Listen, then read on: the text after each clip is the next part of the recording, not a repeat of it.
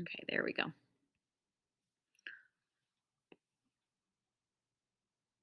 All right, once you have the definition for value, go ahead and type value into the chat.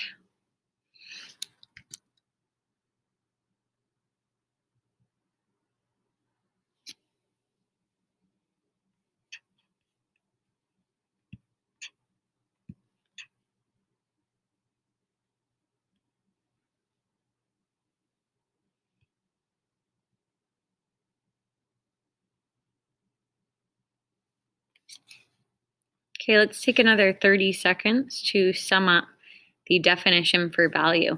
So, this artist in the image here on the right is known for adorning their ceramic artworks with a range of values. They don't always use the grayscale, but they mix up glazes that vary and shift in hue, going from a lighter gray, particularly in this image, to a darker gray. And then on the pouring vessel, they have given the range of values using tape to get that super nice defined line that's straight where the colors don't overlap too much. Okay, in drawing and painting, I always have the students create a value scale before we start drawing implied forms. And what I mean by the word implied is that you're drawing something and you're trying to make it look three-dimensional when in fact your paper is flat. So, in order to develop that illusion of depth, we create a range of values starting with just white, the pure color of the paper or canvas, and then using a graphite pencil to lightly shade darker and darker as we move further and further on each segment of the scale, and overlapping the graphite to really render a truer value each square that we proceed on. Then we take those values and we apply them to a shape that we've created. So in this case, the artist drew a circle and then they used a light source or an implied light source to indicate that this was a sphere, and they shaded it. The light source was coming from the right here, creating a cast shadow on the left. They used a horizon line to show the table surface as well as the background. In photography, particularly black and white photography, artists are well known for high contrast images that show a range of values.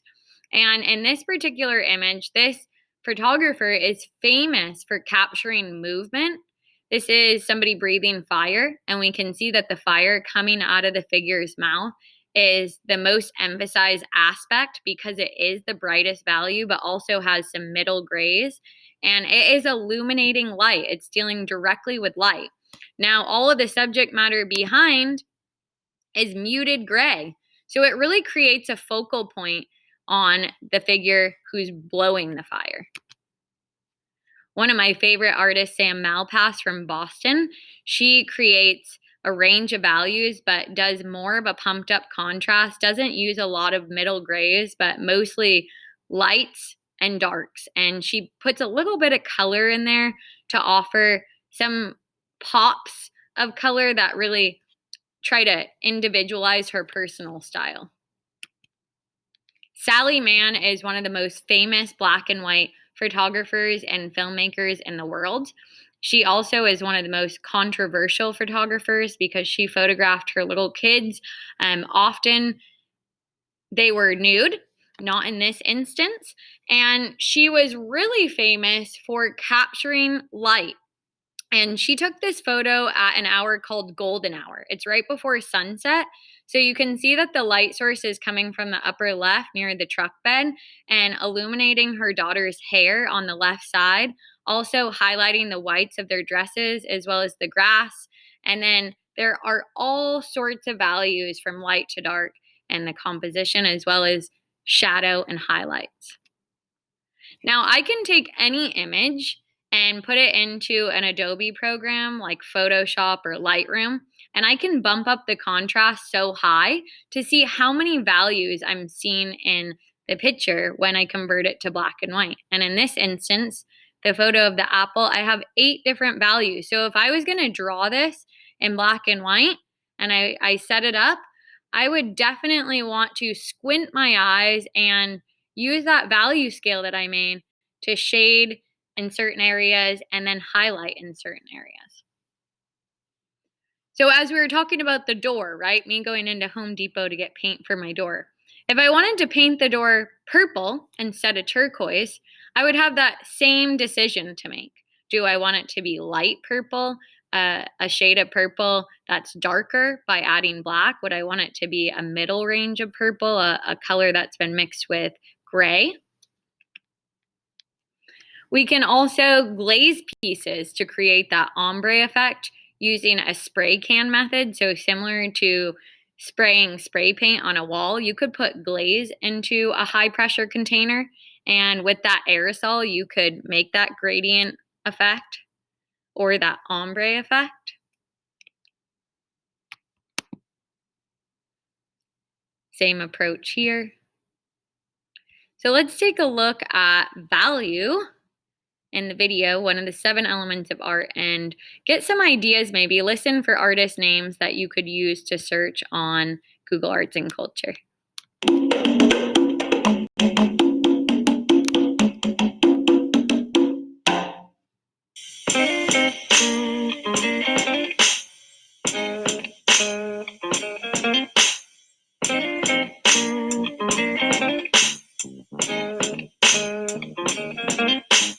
The word photograph comes from 2 Greek words that translate to light drawing. Some people describe photography then as drawing with light. Light defines objects and literally enables us to see things. Artists create the illusion of light by being able to produce a wide range of tonal and color values. Value is one of the 7 elements of art, along with line, shape, form, texture, color, and space. Value is how light or dark a given color or hue is. Values can be better understood when they are visualized as a scale or a gradient. Here's the value scale for this gray tone. It ranges from pure white to absolute black, with a number of gray tones in between. Any hue or tone has a similar scale from dark to light. Different values are created by lightening the hue, in this case adding white to it, or by darkening it with black.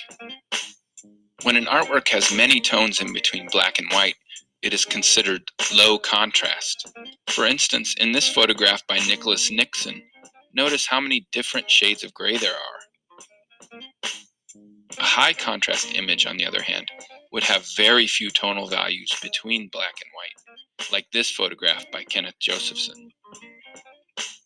The texture of an object's surface can play a role in how we see value. In this photograph by Brett Weston, notice how the veins in the leaves of lettuce create areas of dramatic contrast between light and dark. Compare that with this photograph of bananas, also by Weston. The skin of the bananas dulls the light, which gives the photograph much less contrast. The different ways artists create lines and implied textures can also affect how we perceive value. Notice how heavy and dark the blacks are in this charcoal drawing. Also notice how certain areas smoothly transition from dark to light. This watercolor painting's blacks aren't nearly as dark. Notice too how the shading isn't as smoothly blended. The next time you are looking at a photograph, painting, or drawing, try to notice how the artist is rendering value. And when you're creating your own artwork, practice creating value scales with a variety of different mediums and hues, so your artwork shines in its own unique way.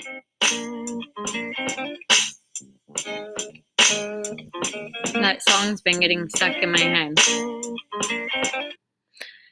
Okay, so value. We can render value with color. We can render value with black and white.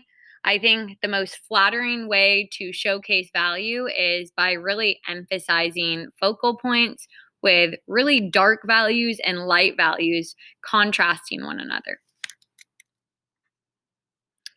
All right, so color is the next segment I want to talk about.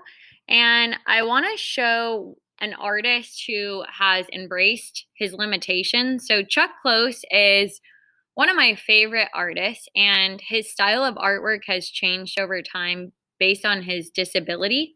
About 20 years ago, he got a blood clot in his leg and he became a quadriplegic. He was an able bodied person.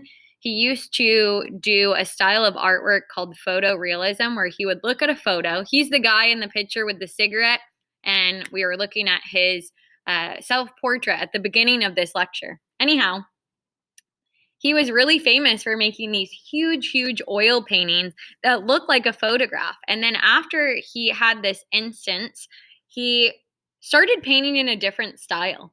And as a result of his disorder, he had to tape paintbrushes to his hands and still uses that technique today. So most people would have given up. They would have said, I quit. I can no longer do what I intended to do. Therefore, I'm not going to pursue this anymore. But he rolled with the punches and he felt that this was something that really allowed him to adapt and make changes without being criticized too much about it or too critical of himself. Let's take a look.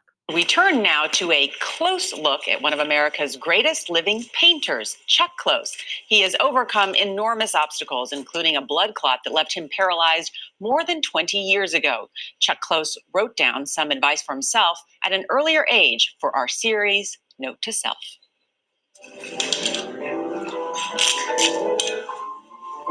This is a note to myself at age 14. I was in the 8th grade and was told not to even think about going to college. I couldn't add or subtract, never could memorize the multiplication tables, was advised against taking algebra, geometry, physics, chemistry. Since I was good with my hands, I was advised to aim for trade school, perhaps body and fender work. Never let anyone define what you are capable of by using parameters that don't apply to you. I applied to a junior college in my hometown with open enrollment, got in and embarked on a career in the visual arts. Virtually everything I've done is influenced by my learning disabilities. I think I was driven to paint portraits, to commit images of friends and family to memory. I have face blindness, and once a face is flattened out, I can remember it much better. Inspiration is for amateurs. The rest of us just show up and get to work. Every great idea I've ever had grew out of work itself.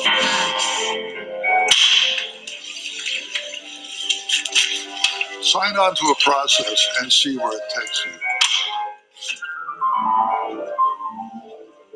You don't have to invent the wheel every day. Today you'll do what you did yesterday. Tomorrow you'll do what you did today. Eventually you will get somewhere. No one gets anywhere without help. Mentors, including your parents, can make you feel special even when you are failing in other areas. Everyone needs to feel special. My father died when I was 11, and that was a tragedy of my life. A horrible thing to happen when you're so young. Oddly enough, there was a gift in this tragedy.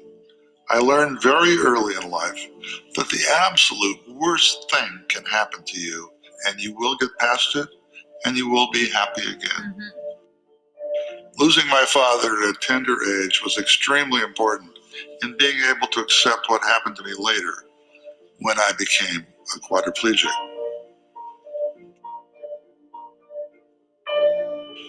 If you're overwhelmed by the size of a problem, break it down into many bite-sized pieces.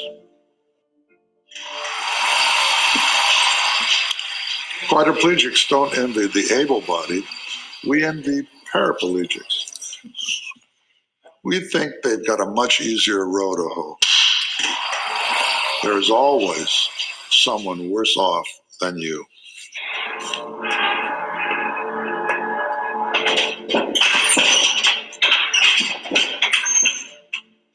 I am confident that no artist has more pleasure day in and day out from what he or she does than I do.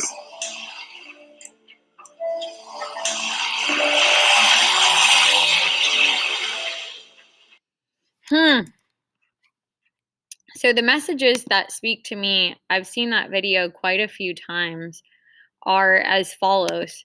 Nothing ever grows out of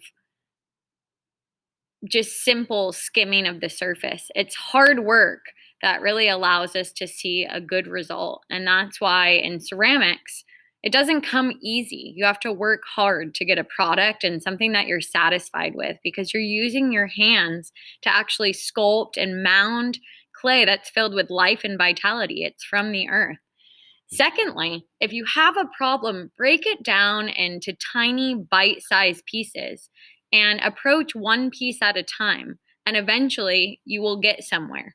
So Chuck Close, gosh, imagine if you became a quadriplegic. How would you embrace that? And he really lets us see it in a perspective that kind of shifts the way I view things. So when I think I'm having a hard time, I have to remember that there's always somebody worse off than me.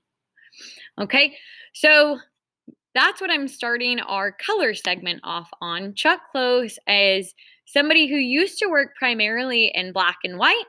And after his diagnosis and blood clot, he started working in color. And also, he created really large shapes that came together as a collective whole. But when you look up close at his artwork, you can see all the lines and shapes that almost look like separate pieces, like puzzle pieces. So color. We can get a range of colors by creating a color wheel. And we can diversify those colors from light to dark, as I mentioned, by adding white to create a tint, gray to create a tone, and black to create a shade. And we're going to skip over this. So the definition of color is produced when light strikes our eye and reflects on an object, and then we absorb that. So go ahead and write down the definition for color. Color is produced when light hits an object and reflects back to our eyeballs. So we're going to get a very different reflection if we're looking at something in broad daylight than we would if we were looking at something in the nighttime. So it also depends on the setting, right? So once you have the definition for color, go ahead and type color into the chat.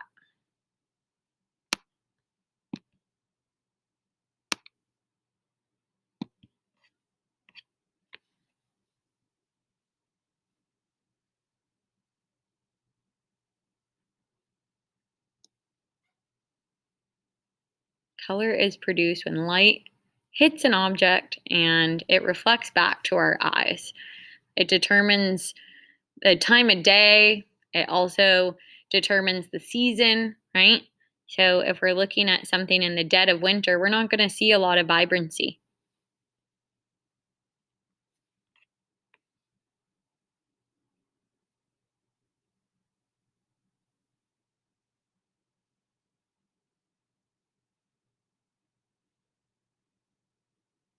Once you have the definition for color, go ahead and type the word color into the chat.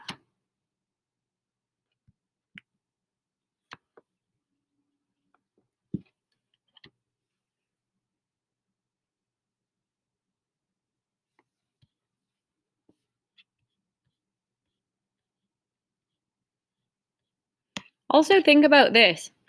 When you go into a gallery, I don't know how many of you have been in a gallery setting. Most often, the walls are white. They're stark white. And that really allows the viewer to absorb the color. Also, the galleries are super bright as far as the lighting system that they have on the ceilings. They're really powerful lights that help to illuminate the artwork so that the viewer is really absorbing the color and seeing the vibrancy or the muted scale or the monochromatic palette, depending on what the artist is trying to convey by their use of color.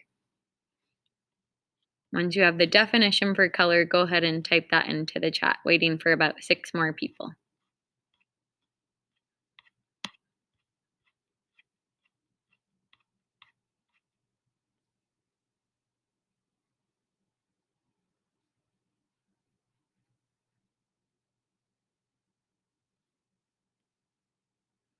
So color can tell you a lot about the artwork.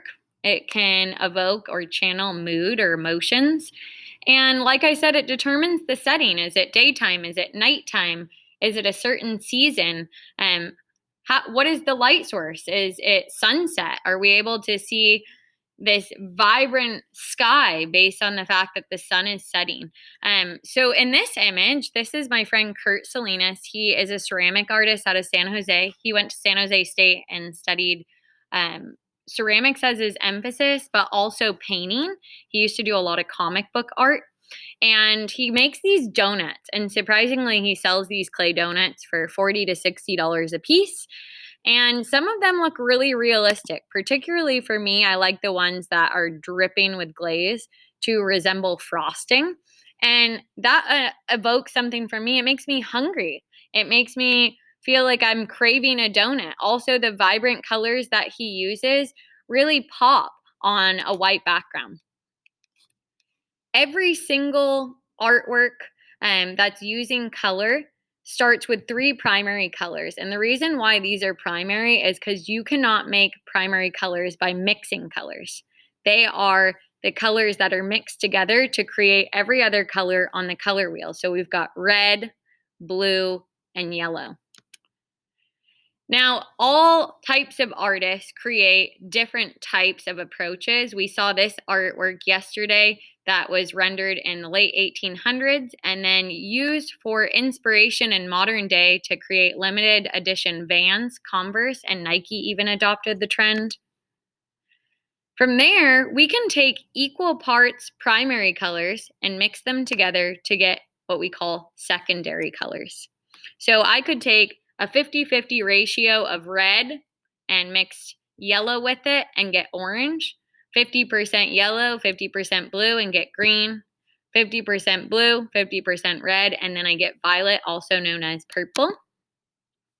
And sometimes artists seek out secondary colors only for their photography or for their painting, as we see here. Now, colors can determine a mood. Warm colors, for example, on the right side of the color wheel could represent a warm, sunny day, whereas cool colors could determine a certain mood in a landscape painting, as if it was raining or overcast. Lastly, there are tertiary colors. And I'm not going to test you on this, but I want you to know how the color wheel is developed. So a tertiary color is when we take a primary color and we mix it with the secondary color and we get a hyphenated title. For example, 50% red and 50% violet gets a color called red violet. And we can do that with every secondary color and primary color to get these tertiary colors. And there are 6 of those total. Some artists want to work only in tertiary colors to represent a specific mood. Here's another artwork by Sam Malpass, who mostly does portraiture and large-scale landscapes and mural work. And she often uses tertiary colors to have a really unique style and approach and colors that pop against black and white backgrounds. Liz Crane, local ceramic artist in Santa Cruz County, she uses tertiary colors along with primary colors to create these old beer bottles out of clay, and she sells these for upwards of $100 a piece. They're all handmade and hand-painted. So color, it can determine everything. We can use a monochromatic palette to create a color value scale. We could use primary, secondary, or tertiary colors to adorn a functional form. We can use a variety of colors on the color wheel to get a certain result.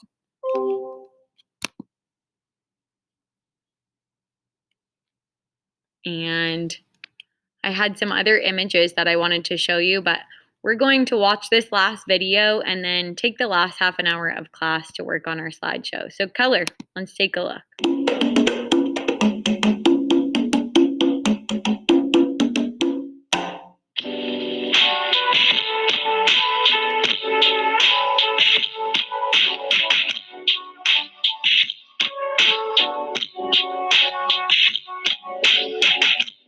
lot of representational art attempts to portray the world realistically by mimicking three-dimensional space and attempting to faithfully render objects as we see them.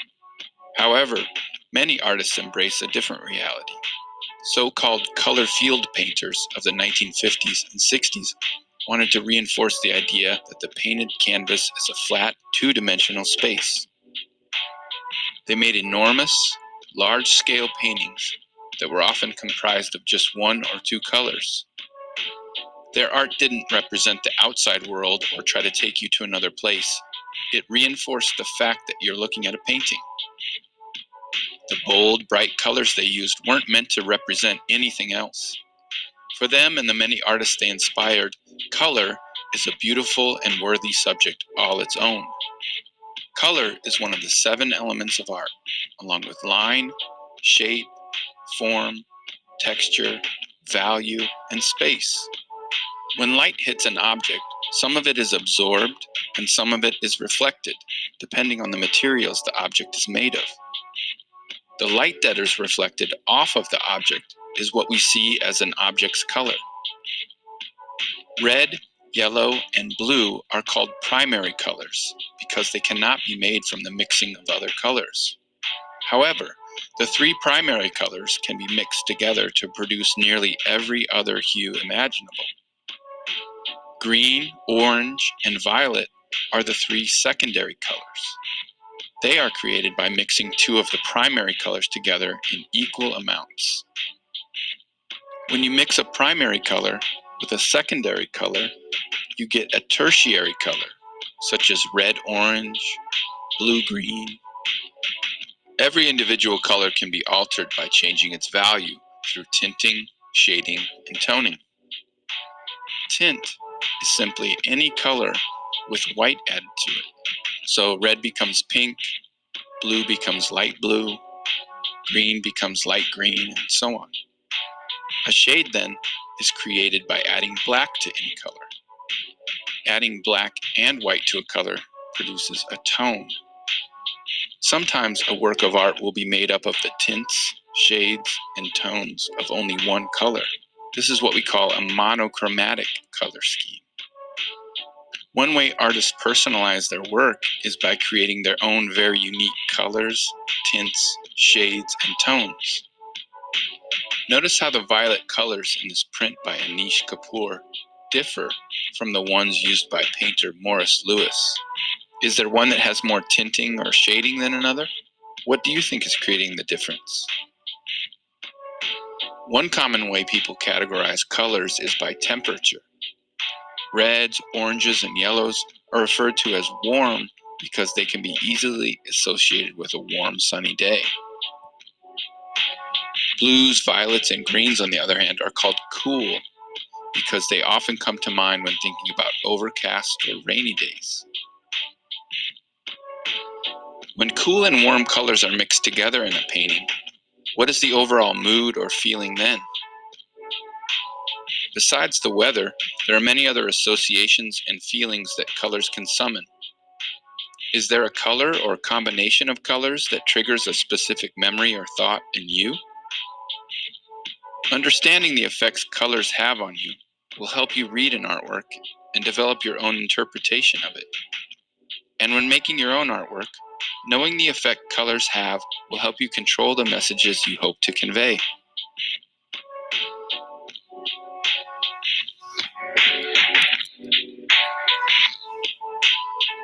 All right. So I'm going to let you guys work for the rest of our session today on the slideshow. We're not going to get to texture just yet. I want to know where you're at on the slideshow. So let me launch my last poll for today. Are you just starting? Have you maybe just started on a few slides, or you're moving right along at a good pace as we cover each element of art? Go ahead and answer that poll for me, please.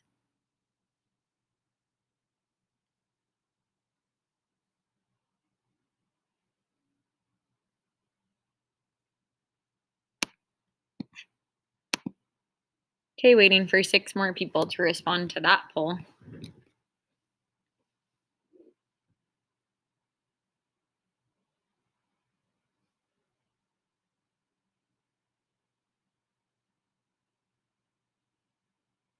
All right. So it looks like some of you are just starting out, and that's okay.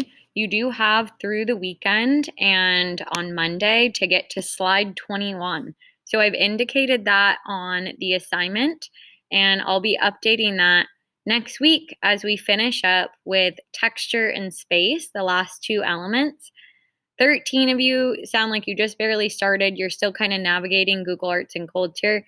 And 4 of you have been keeping right up. So this is what I want you to do. I want you to use your class time right now to focus on the element that you last left off on, and also looking at my video here that I uploaded underneath the portfolio on how to use Google Arts and Culture and embed images into your slideshow. So there is some specific criteria that I'm looking for that's listed on the assignment sheet, but for my visual learners and people who need a little more support navigating that site, I've uploaded the video for you here. Okay, so let's get to work. We have exactly 25 minutes, so let's get to it. Any questions for me before we get started?